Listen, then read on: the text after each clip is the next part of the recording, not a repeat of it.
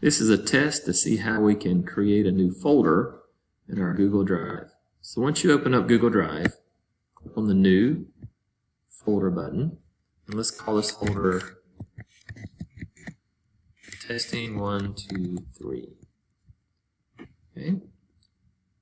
So once you have your folder created, if you double click on that folder, you'll see that it's empty. Okay. But let's say you want to upload something from your computer and place it in that folder.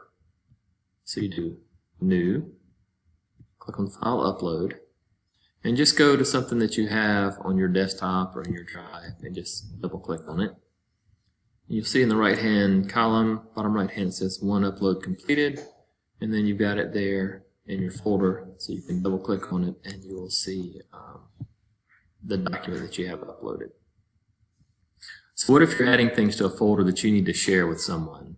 So if you'll go to your My Drive and look for your folder, it says, we call it Testing 1, 2, 3, and we'll scroll down. These are in alphabetical order. Click on Testing 1, 2, 3, and if you look at that, that's the file that we just uploaded. So if you click on the Testing 1, 2, 3 folder, and if you click on Share, you can now share this folder with anyone by using their email address. So let's share it with we'll do Christopher Davis 510, and off to the right, if you just want them to be able to view the folder and not make any changes, you click on Viewer. If you want them to have edit rights, meaning they can go in and edit anything in the folder, you would do Editor. But right now, we just want them to be able to see the documents, but not make any changes to it. Okay, if you want to add a message in there, this is a test to see how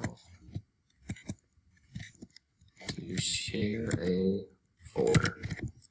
And so Christopher Davis 510 at Gmail will actually get this email,